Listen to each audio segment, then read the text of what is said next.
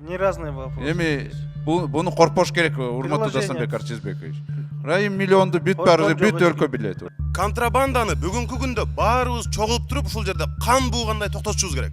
Мурункусуна дагы билесиздер, Орусиянын президенти Путин келткенде да ушундай бир жаман ойлор болгон. А негизгиси бүгүнкү күнү биздин мамлекетке тынччылык керек. Кайрылы СДПК, сиздер өзүңөр жаңы шайланган президентти алып келдиңер, өзүңөр алып келдиңер. Спасибо, Кутмандутаныздар менен, урматтуу депутаттар.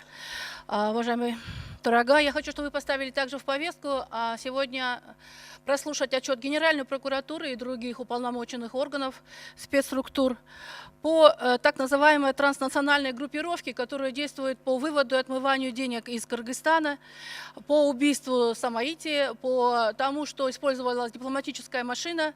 Вот, то есть очень много вопросов, и я думаю, что это все ведет к тому, чтобы нам уже обсуждать об импичменте президенту, о недоверии к президенту, потому что все это делается, я уверена, под негласным контролем верховенства, значит, нашей власти. Поэтому я хочу, чтобы мы заслушали Генеральную прокуратуру, чтобы он нам объяснил, и другие структуры, что происходит. Почему международные расследования говорят об одних фактах, а мы все замалчиваем, у нас все хорошо, у нас везде порядок, ОПГ нет, контрабанды нет, наркотрафика нет. Вот. Хотелось бы заслушать структуру, чтобы они взяли на себя ответственность. Что происходит у нас в стране? Почему мы все замалчиваем? Или мы ждем, когда мы все грохнемся? Уже стыдно перед международными различными структурами, которые ведут расследование вместо нас. Журналисты ведут расследование вместо нас. Вместо тех уполномоченных органов, которые обязаны это делать, пресекать. А пресекают совсем другие структуры из других международных организаций и стран. Поэтому я бы хотела в повестку поставить данный вопрос. Рахмат, биринчи микрофон. Рахмат. Эгерде чакыра турган болсо Кой Таштагы окуя боюнча да карап коюңуздар. Ал жерде укук коргоо органдарынын командиринин орун басары өлүп атат. Ал жерде бир киши өлтүргөн эмес. Ал жерде групповой преступление болгон. Анын ичинден канча автоматтар, мыйжамсыз автоматтар ушул укук коргоо орган тарабынан алынды. Эмне үчүн бүгүнкү күндө ошол учурда переговорго чыгып, сүйлөшүүгө чыгып жүргөн адамдар укук коргоо органдары чара көрбөстөн, камабастан ээн эркин тайраңдап жүргөнүн дагы биз билип койсок. Сөзсүз билиш керек. Мындай болбойт да. Рахмат, Дастан Арцбекович. Я бы хотел обратиться, Ирина Юрьевна, к вам. Я вас знаю давно. Вы стар. Төртүнчү микрофон иштеп атат. Иштеп атабы? Иштеп атабы? Иштеп атат. Токторов, Кыргызстан. Мен ушу коллегама Ирина Юрьевнага кайрылып кетет элем. Я вас знаю давно, вы старый партиец, старый соратник Атамбаева. И почему-то у вас чувство стыда и совести просыпается на несколько лет с опозданием, Ирина Юрьевна. Почему вы этот вопрос не поднимали при предыдущем президенте, где все было видно, все было ясно, все были схемы вот эти ясны? Почему-то у вас в этот момент глаза были зашорены. И ваши слова об импичменте, они выражают крайне бессовестную вашу позицию, Ирина Юрьевна. Я до сих пор не выражал своего отношения, не высказывал свое видение ваших выступлений.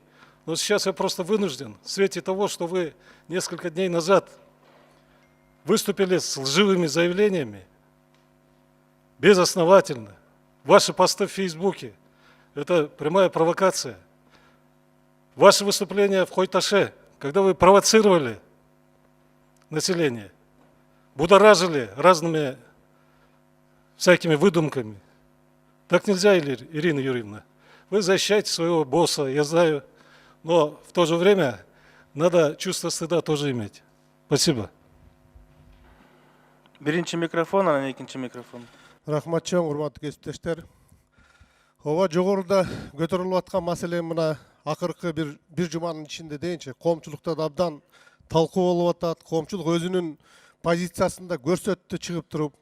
Анан мына мамлекеттик органдан дагы, мамлекеттик бийликтен дагы реакциясы жок, эчтеке болбой калган жок. мына депутаттык комиссия түзүлдү бүгүнкү күндө. Ведомстволук атайын топ түзүлүп бул маселени изилдеп жатат. Анан эми бүгүн эчтеке изилдене электе, эчтеке чыга электе эле келип эле анан импичмент же мындай деген уверенно деп айткан сөздөрүнөн этият болуш керек ага деген негиз керек. Негиз болуш керек да. Анан мен айтып кетет элем, ушу парламентте турабыз. Бүт Кыргызстанды, элди дагы бир мындай маданиятка чакырбайлыбы ушу? Кайраданчы. Шайладыкпы мамлекет башчыны, президентти? 6 жыл конституциялык мөөнөтү бар, ошо 6 жыл кайрадан шарт түзүп туруп колдоп мамлекет үчүн иштейлик. Шайладыкпы жогорку кеңештин депутаттарын 5 жылга? 5 жыл шарт түзүп туруп жогорку кеңешти иштетелик. Шайладыкпы 4 жылга жергиликтүү кеңешти? Алардын да депутаттарына толук кандайда шарт түзүп берелик да. Анан мындай эле жөндөн эле чыгып эле саясат кылып мынтебиз, антебиз, анан ишеним көрсөтпөс, импичмент ете бергендин кандай кереги бар деп атам, бүгүнкү күндө актуалдуулугу да жок деп айтат элем. Ошондуктан баарыңыздар ушуга чакырып кетет элем. Бир элибизди дагы ушуга чакырат элек баарына. Рахмат. Экинчи микрофон. Спасибо. Уважаемые депутаты, которые мои коллеги, тут у меня, я и бесстыжая, и бессовестная, и глаза зашторила. И вообще, оказывается, вся проблема в стране, вот Карамушкина, который смеет об этом заявить. Хочу напомнить, что в марте 2016 года тогда еще депутат Текебаев объявлял импичмент Атамбаеву только за то, что якобы он, пользуясь партией, фондом партии, там проводит какие-то мероприятия и так далее. Только вот это было обоснование, да? Вот. Сейчас я считаю, что не только я была депутатом в 5-м созыве, тут половина корпуса молчали, прималкивали. А то, что вы говорите, там 11-16 год в основном вывод капитала был, это можно расследовать, это уже расследуют. Я уверена, международные организации, если наши молчат. И тогда губернатором и премьер-министрами были и Турага был, Дженбеков Асылбек. Почему он прималкивал, почему прималкивал губернатор тогда Сооронбай Дженбеков. Поэтому не стоит, как вы сказали, с больной головы на здоровую. Предложение. Сейчас прозвучало какое-то тяжкие события. Я, наоборот, согласна какие тяжкие события рассказать, выступить. Единственное, материалов у депутатов нет. Вы раздайте сначала материалы, мы ознакомимся с заключением комиссии, а потом уже будем требовать поставить Хорошо, повестку. я сейчас отвечу я сейчас на все вопросы. Төртінші микрофон. Сунуш менен чыгыңыздар. Рахмат, Аснабек Арсызбекович, саламатсыздар, урматтуу депутаттар. Бул жерде бир топ депутаттар сунуштарын айтышты. Мен дагы жогоруда айтылган коллега депутаттардын айткандарына кошулам. Бүгүнкү күнү импичмент боюнча эч кандай маселе жок, жана сөз болушу мүмкүн эмес. Себеби дегенде президент өзүнүн конституцияда каралган укуктарын толук кандуу пайдаланып иштеп жатат. Ал боюнча маселе болбош керек. Экинчиден, бир топ күндөн бери ушул социалдык тармактарда ушул азаттыктын иликтөөсү боюнча дагы бир топ айтылган маселелер боюнча биздин тиешелүү правоохранительный органдар бар. Алар ошол боюнча иш жүргүзүп атат. Жана өзүнүн бүтүмүн чыгаргандан кийин, андан кийин талкуулап, андан ары кандайдыр бир бүтүмгө келсек туура болмок. А негизгиси бүгүнкү күнү биздин мамлекетке тынччылык керек, биримдүүлүк керек. Ошону президент Жээнбеков бүгүнкү күнү Конституциянын гаранты катары аткарып келе жатат. Ошон үчүн мен баарыңыздарды ынтымакчылыкка жана биримдикке чакырып кетер элем. Рахмат. Алтынчы микрофон. Рахмат. Рахмат, уважаемые коллеги. Но прежде всего я хотела бы обратиться и попросить все же не использовать в отношении нашей коллеги и женщины слова бесстыжие, бессовестные и так далее. Я уважаю позицию Ирины Юрьевны. Вместе с тем я хочу отметить один вопрос и освежить историческую память, если здесь был 5-й созыв обозначен. Так вот, когда Текебаев говорил об импичменте в отношении Атамбаева, то основанием был не только использование фонда, а ряд фактов. Это и крушение самолета в Дача-Су, которое еще предстоит исследовать, есть ли там связь с вопросами контрабанды или нет. И другие вопросы. Ряд фальсификаций, которые со стороны правоохранительных силовых структур под контролем Атамбаева были проведены. Ну и мы все прекрасно видим, то есть каков был результат предложений, вполне рациональных и обоснованных, которые во многом легли в основу сегодняшних предъявляемых обвинений в отношении Атамбаева. То есть они нашли свое подтверждение, но Текебаев за это поплатился фальсификацией уголовного дела в его отношении, а также преследованием партии Атамекен. Это исторические факты, я думаю, здесь все прекрасно об этом знают и помнят. А что касается заслушать силовые структуры, я поддерживаю это предложение. Но сегодня я не думаю, что есть такая возможность, поскольку проходит УДКБ. Я понимаю, что все силовики на сегодняшний момент там. Но важно заслушать первых лиц. Комитеты профильные рассмотрели вопрос о контрабанде. Если речь идет о контрабанде, о выводе капиталов, я думаю, что этот вопрос должен быть вынесен на палату. Время должна определить сама палата. Екінші микрофон. Саламатсыздар, урматтуу депутаттар, урматтуу төраға, мен чындыгына азыр түшүнбөй жатам да. Биз бир Facebook'ta посту талкуулоо кылып атабызбы же расмий түрүндө кат түшкөнбү сизге, урматтуу төраға? Импичмент талкуулоо кылып атабыз, эми андай негиз юридикалык менимче жок. Ал эми контрабанда боюнча бизде кече эки комитет отурумду кылды, ошол жерде биз катуу эле айттык. Жогорку кеңешке чыгарайлы деп атабыз ошону. Токтомду даярдап. Менимче жертемби же кийинки жумада биз ошону караш керекпиз, сөзсүз. Контрабанда боюнча биз унчукпасак, унчугуп отура берсек, бул туура эмес болот. Журналисттик иликтөө жөнүндө дагы биз айтыш керекпиз. Анан үчүнчү мындайда понедельникте бизде митинг өткөн. Бул коомчулуктун митинг болгон да. Эми жок, мен түшүнөт. Ооба, сунушту беремчи ошол боюнча. Массалык маалымат каражаттар мамлекеттики. Бул Америка уюштурган митингди айтып атышат да. Менимче биз ошол мамлекеттик массалык маалымат каражаттардын дагы редакцияны караш керекпиз да. Эми коомчулукта болгон нерсени ачык эле айтыш керек, аны уялбаш керек. Эч ким президентке каршы айткан жок ошол жерде. Только ошол эле бир эле контрабанда боюнча бир кишинин атынды айтып, айткан, коомчулук көтөргөн. Не разные вопросы. Эми буну коркпош керек, урматтуу Дастанбек Арчизбекович. Райым миллионду бүт өлкө билет. Рахмат. Биринчи микрофон. Чоң рахмат. Урматтуу депутаттар, 700 миллион Америка доллары кимдин тушунда чыгып кеткени баарыбызга белгилүү. Атын аташыбыз керек.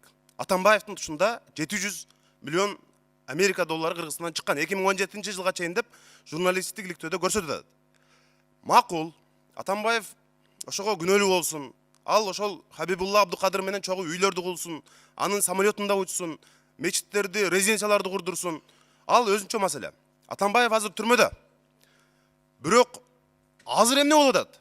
Азыр контрабанда токтоп калдыбы? Биз бүгүн жогорку кеңеш, мына Кыргызстандагы эң жогорку орган. Биз ушул жерде демилгени колго алып, ушул жерде талкуулап, ушул жерде чечим чыгарышыбыз керек. Болбосо демилге көчөгө чыгып атат. Эртең жазда мындан 10 эсе көп чыгат жаштар. Контрабанданы бүгүнкү күндө баарыбыз чогулуп туруп, ушул жерде кан буугандай токтотушубуз керек. Жанагы КАМАЗдардан 4600 доллардан ар биринен алып атат деп атат. Ушул жерге чакыралы барын. Аскар Акаевдин убагындагы жанагы кошелок деген Мурат Малабаевтан баштап, азыркы Райым Матраимов, Адамкул Жунусов, түрмөдөгү Кулматовтан бери чакырып туруп, мына ушул жер кеңеш, бизден жогорку орган жок. Ушул жерде отуруп, келгиле контрабанданы токтотолу. Алардын ар бири айтып атат. Бул акча мага таандык эмес. Мен бул акчаны урдаган жокмун. Бул Өзбекстандын акчасы дейт. Анда ошентип айталы. Өкмөт, Финполиция, Генералдык прокуратура бул ишти калыс иликтөөгө жөндөмсүз экенин көрсөттү. Булар азыр 700 миллион андай мындай дейт. Эч ким ишенбейт да элдечи. Көчөдө такыр башка пикир, өкмөттө такыр башка пикир. Ажырым абдан чоң болуп калды. Ошондуктан биз мына контрабанданы кандай кылабыз? Ушул Кыргызстанда эки эле бажы посту бар. Эркештам, Торгарт. Ошол жерге электрондук жабдыктарды алып келип, ошол жерде ачык айкын кылып, прозрачный кылып койгонго өкмөттүн алып жетпесе эмне кылып отурат? Анда биз баарыбыз мектеп, бала бакча курбай эле коелу. Бюджеттин акчасын баарын ошака берели мына. Ошол жерде электрондук жабдыктар дүйнөдө бар андай. Контрабанда азыркы күндө дагы жүрүп атат да. Рахмат. Үчүнчү микрофон. Рахмат, урматтуу төрага, саламатсыңар, урматтуу депутаттар. Мына кээ бир коллегаларым бүгүн эртең чыгып айтып кетти. Мен кайрылат элем да коллегаларымачы. Негизинде мына бүгүн чоң жыйын болгон тат, саммит, ОДКБ өткөн тат. Мурункусуна дагы билесиздер, Орусиянын президенти Путин келтканда да ушундай бир жаман ойлор болгон. Келиңиздер, мындай тынчтын таанып, ушундай чоң делегаттар келип атканда биз өзүбүздүн жакшы жагыбызды көрсөтүш керек. Туура кечээ күнү митинг болду. Жарандар өзүнүн позициясын көрсөтүштү. Аны көрдүк кимдер да чыкканын. Анан мына кой таш боюнча иликтөө комиссиясы жыйын бүтүп калды. Эми алар дагы өзүнүн позициясын, жыйынтыгын айтат деп күтөлүк, көрөлүк. Мына контрабанда боюнча айтып атасыздар, урматтуу коллегалар. Бул боюнча мына кечээ күнү комитет өттү. Комитет өттү, ошол жерден татынакай баарын тең болгондой суроолорун берип, көптөгөн жоопторду алдык. Анан мына биздин правоохранительный органдар турат. Булар дагы мына иликтеп болгондой тезирээк өкмөт жарандарыбызга, элибизге туура маалыматты бериш керек да, жеткириш керек. Башка жака соцсеттер менен башка жака нук бурулуп кетип атат. Ошон үчүн баарына тез реакция берип, тез жыйынтыгын чыгарып, так маалыматты берсеңиздер, ошондо элибиз дагы мындай дүрбөлөңгө болбой, туура нукка кетет эле да. Ошон үчүн урматтуу коллегалар, мындай бири-бирибизди жамандаганда, бири-бирибизге мындай чыгып сөз айтканда ойлойм, ошол эле азыр айтып аткан коллегаларым анда эмне үчүн тиги мурунку экс президенттин учурунда айтылган эмес бул сөздөр. Мына азыр Жанар Акаев дагы коллегам айтып кетти, мына 14-17 жылда анда эмнеге айтылган эмес? Ар бир нерсени өзүнүн убагында айтылса жакшы болмок да. Рахмат. Рахмат. 4-чү микрофон. Рахмат, төрага. Саламатсыздар, урматтуу депутаттар. Урматтуу коллегалар. Мен 5-ші созупка депутат болуп келгенде 2010 жылы. Бул жерде мына СДПКнын мүчөлөрү мага асылчы. 2010 жылда 7 апрелден кийин мен министр МЧС болчу 2010 жылга чейин кеттик биз кубалады дегендей. Кийин мага асылчы. Анан кийин өмүр ушу 5 жыл, 6 жыл. Бирдеге тополоң болсо ким күнөөлүү?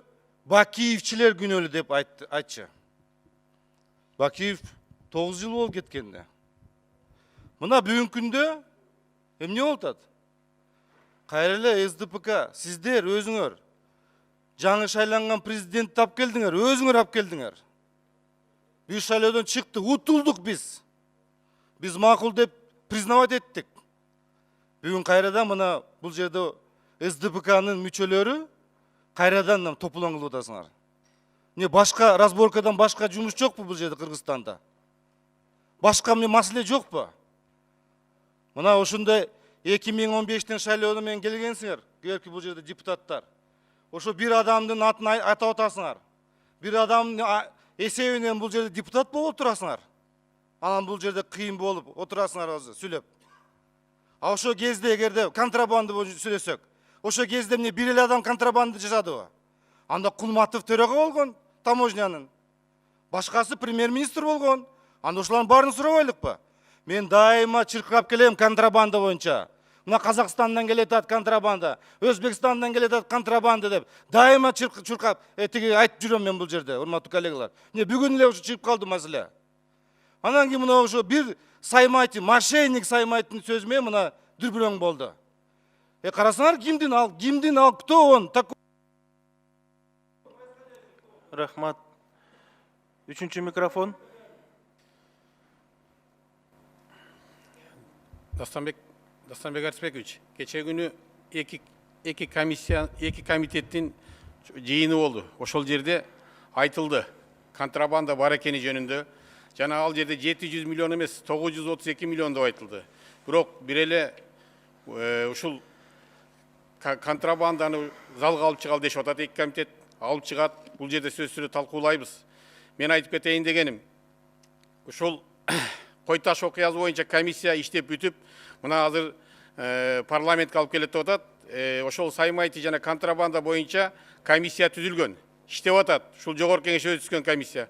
Ошонун жыйынтыгын күтүп турсак жакшы болот эле деген оюм айтат элем. Рахмат. Башка чыкпасаңыздар, мен жооп берейин. Убакыт жарым саат өтүп кетти, урмат. 1-чи микрофон. Рахмат. Урматтуу депутаттар, анан мындай Кыргызстанда чуулгандуу бир журналисттиктөө болгондо, ошол журналисттиктөөнүн маңызын караш керек да. Бизде саясий топтор өзүнүн кызыкчылыгына бурганга кызыктар болуп атат. Сунуш. Бул биз ошону караганда ушуну карашыбыз керек. Мына азыр ошондо Азаттыкты мисалы Атамбаевдин тушунда 20 миллионго сотко бергенде ошондо деле депутаттардан айрымдары чыкса болот эле да. Мына иликтөө чыкты, биз карайлы депчи. Анда унчукпай отурушкан дагы эми азыр өздөрүнүн кызыкчылыгына туура келген маалымат болгондо чагылып атышат. Ошондуктан журналист иликтөөнүн маңызын караш керек. Ал жерде саясий топтор өз ара ички тирештериңерге мындай бурган туура эмес. Рахмат.